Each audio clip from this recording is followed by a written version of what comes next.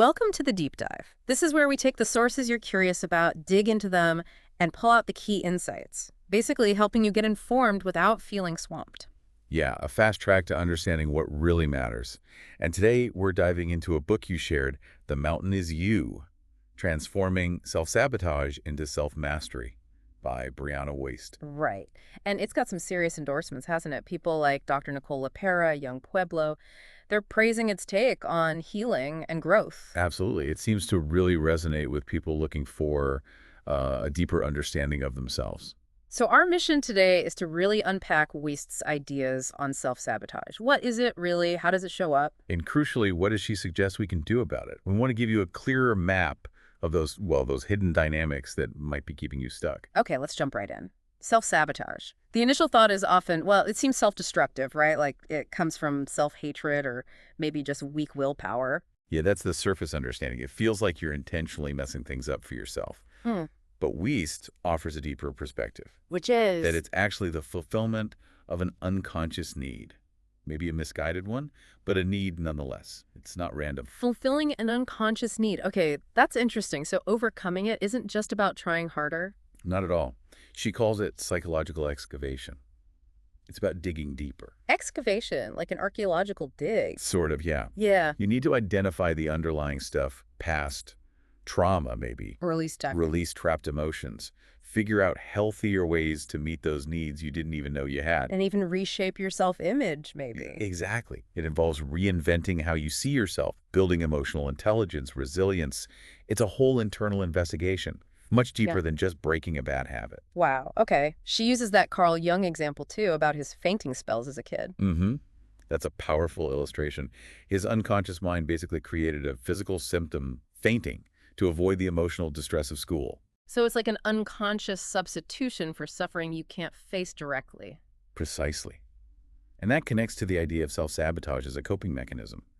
It pops up when we avoid consciously meeting our own needs, maybe because we doubt we can actually handle them. So quick fixes are out. You need a strategy for the actual wound underneath. You got it. Putting a Band-Aid on won't work long-term. What about our internal stories? Those narratives we have about ourselves. She talks about those being, well, outdated sometimes. Definitely. Self-sabotage can be a big red flag that your core beliefs about yourself aren't serving you anymore. Maybe they never did. Beliefs we picked up from parents, peers, experiences. All of the above. And the tricky part is confirmation bias. Our brains love to prove our existing beliefs right. Ah, right. So if you believe you're not good enough, your brain actively looks for evidence to back that up, even if it's flimsy. Exactly. It ignores the stuff that contradicts the belief. It's like you only notice cars the same color as yours. Makes it really hard to change those deep-seated ideas. That makes so much sense, a self-fulfilling loop. And she also mentions negative associations we might have, like with goals themselves. Money and corruption, for instance. Yeah, that's a big one.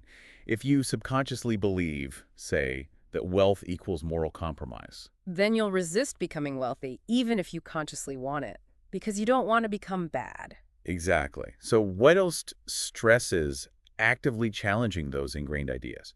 Question them. Adopt new perspectives, like recognize that money can be a tool for good, for instance. It's about that conscious reframing. And it's not just about the goals, but also the feeling of the unknown, right? Even positive change can feel weird. Totally. New and positive can feel wrong just because it's unfamiliar. We need time to adjust psychologically. Which ties into that upper limit idea from Gay Hendricks, our tolerance for feeling good. Spot on. It's this fascinating concept that we all have a kind of thermostat for happiness or feeling good. An upper limit. Yeah. So when things go too well, we might unconsciously sabotage things to get back to a more familiar level, even if it's less happy. That's the core idea, yeah. We're kind of wired for comfort, maybe more than pure happiness. Familiar discomfort can feel safer than unfamiliar joy. Wow. So we hit that limit and find ways unconsciously to dial it back down. Small steps help adjust the thermostat gradually, but big leaps can trigger that upper limit response. Okay, so let's reframe this. Self-sabotage isn't really intentional self-harm. It's more like misguided self-protection. That's a great way to put it. It comes from that clash between what we consciously want and what we unconsciously fear. And Wiest says big problems often point to big attachments, to the problems themselves. That sounds counterintuitive. It does, but think about it. Success can feel scary, right? Maybe you'll be judged more or people won't like you. Or you'll feel more vulnerable. Exactly. So playing small can feel safer. Even procrastinating gives you that familiar, albeit unproductive comfort. So those sabotaging behaviors are actually trying to meet some need, like safety or familiarity. Precisely. They're symptoms. Trying to force change without understanding the why, the fear, or the need underneath just creates more internal conflict, more resistance. So forcing it doesn't work. You need to release the resistance first. Yes. Get clear on what you want and really why you want it. Identify those hidden beliefs. Then act from inspiration, not just brute force willpower. Okay, that sets the stage. Let's talk specifics. How does this stuff actually manifest? Perfectionism is a big one. Huge. And Wiest argues it's often not about high standards, but fear. Fear of failing, fear of judgment, fear of not being good enough. Which can totally paralyze you. You don't even start. Right, so the fix isn't to magically become perfect overnight. It's just start, do the thing, focus on the process, not the immediate outcome. Except that mistakes are part of learning, part of mastery. Exactly, just show up and engage. The refinement comes later. What about justification? Making excuses. We all do that sometimes. Wiest is pretty blunt here. Intentions are nice, but outcomes are what shape your life. Ouch. So what we meant to do doesn't count as much as what we actually did. Pretty much. Excuses become a substitute for accomplishment. They let us avoid the uncomfortable feelings that come with growth. So the resolution is pay attention to results. Do one productive thing daily. Yeah, measure outcomes. Take one concrete step. No more, I was gonna. Okay. Yeah. Judging others. How does that fit in? It seems directed outward. But it boomerangs back. Yeah. Wiest points out that judging others creates limiting rules for ourselves. How so? Like, if you constantly criticize wealthy people, you might subconsciously block your own financial success because you've linked wealth to being unlikable or unethical. So you sabotage yourself based on the judgments you hold about others. Exactly. You end up hurting your own potential far more than you affect them. So the advice is practice non-judgment, avoid assumptions, cultivate compassion. Yes, and even consciously congratulate others for having the things you desire. Shift from envy to celebration. That's a powerful shift. Okay, what about pride? Yeah. Seems like the opposite of sabotage. But excessive pride, that attachment to a flawless image, can stop you from growing. Because you're scared to admit weakness or try something you might not be instantly good at. Precisely. You're too busy maintaining the facade. The resolution is honesty. See yourself as imperfect, trying your best. Letting go of the need to seem perfect is freeing. Makes sense. Then there's guilt. Specifically guilt about success. Yeah, that can creep in, especially moving from scarcity to abundance. Feeling unworthy maybe, or uncomfortable having more. So the reframe is seeing success and money as tools. Tools for positive impact. Exactly. For yourself and others. Not something inherently bad. Fear of failing. That stops so many people. It does. It stops you from trying, or makes you constantly worry you'll lose what you've gained. Wiest makes a distinction here, right? Failing while trying versus failing through negligence. Crucial distinction. Failure is almost inevitable if you're stretching yourself. Make sure it happens because you aimed high, not because you didn't even try. Embrace the learning from effortful failure. Okay. Downplaying success. Why do we do that? Maybe to seem less threatening, to be liked more. Or maybe a fear of peaking like this is as good as it gets. And the simple resolution is Just own it. Acknowledge it with pride. Thank you, I worked hard for this.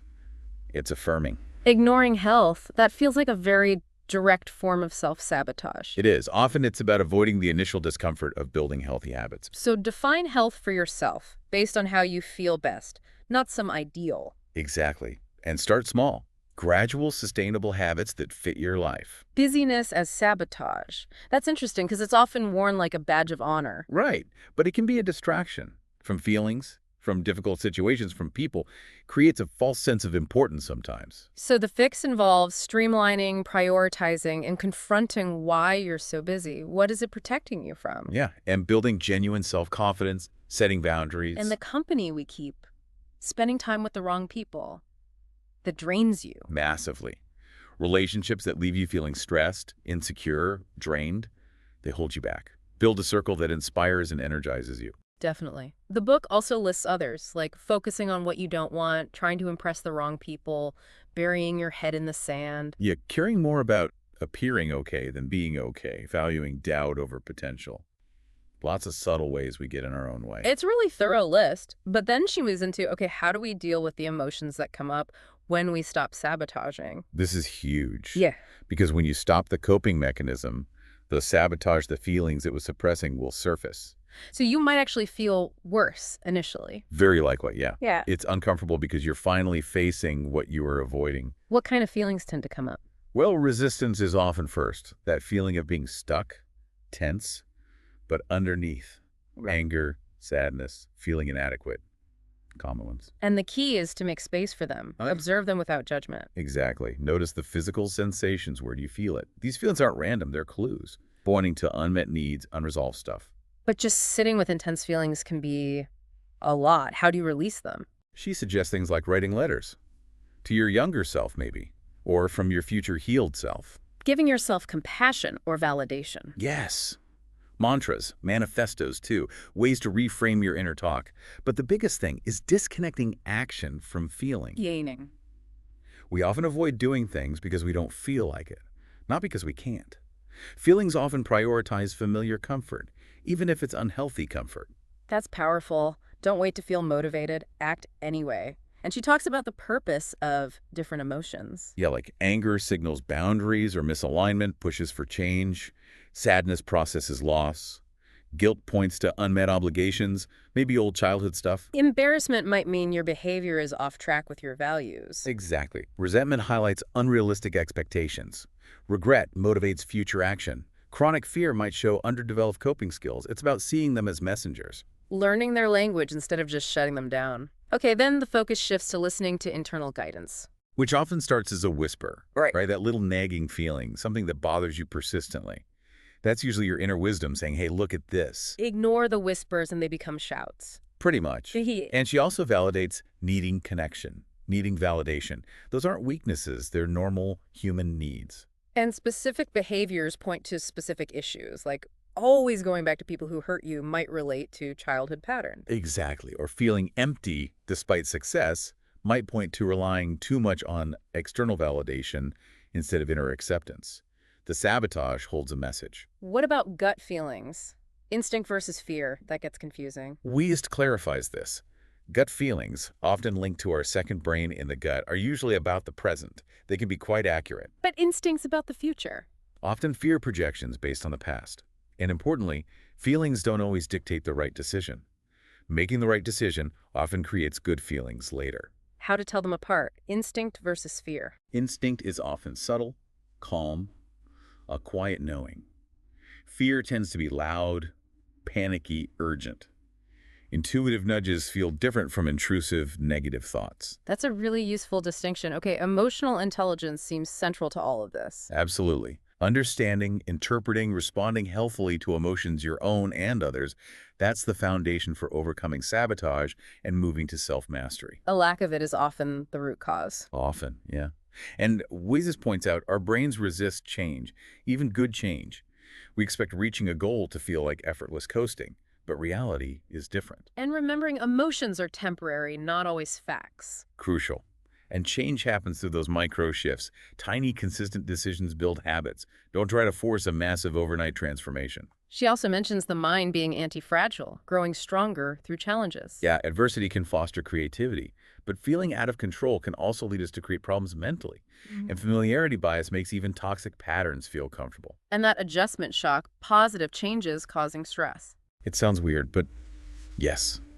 Big positive shifts can trigger fear of loss, increased responsibility, forcing self-reflection. It could feel overwhelming, leading to resistance against the very thing you wanted. Wow. Then there's psychic thinking and logical fallacies, cognitive traps. Totally. Assuming you know what others think, predicting doom based on feelings that disconnects you from reality breeds anxiety. And fallacies like hasty generalizations, false cause and effect, they mess up our thinking. Right.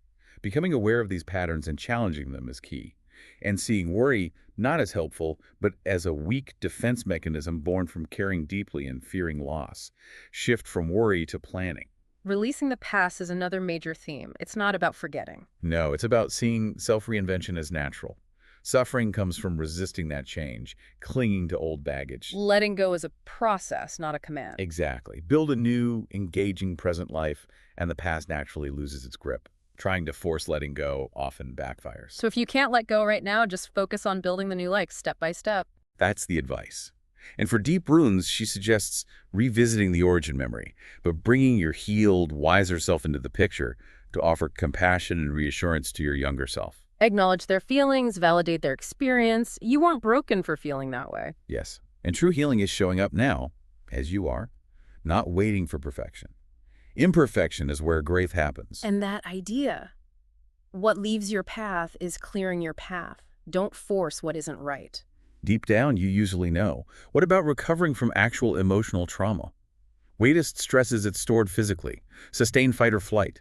Recovery means restoring a felt sense of safety. How? By addressing the root cause. Relationships, finances, building positive alternatives or backup plans. Yes, and practices like meditation, not just to calm, but to feel and allow emotions to pass.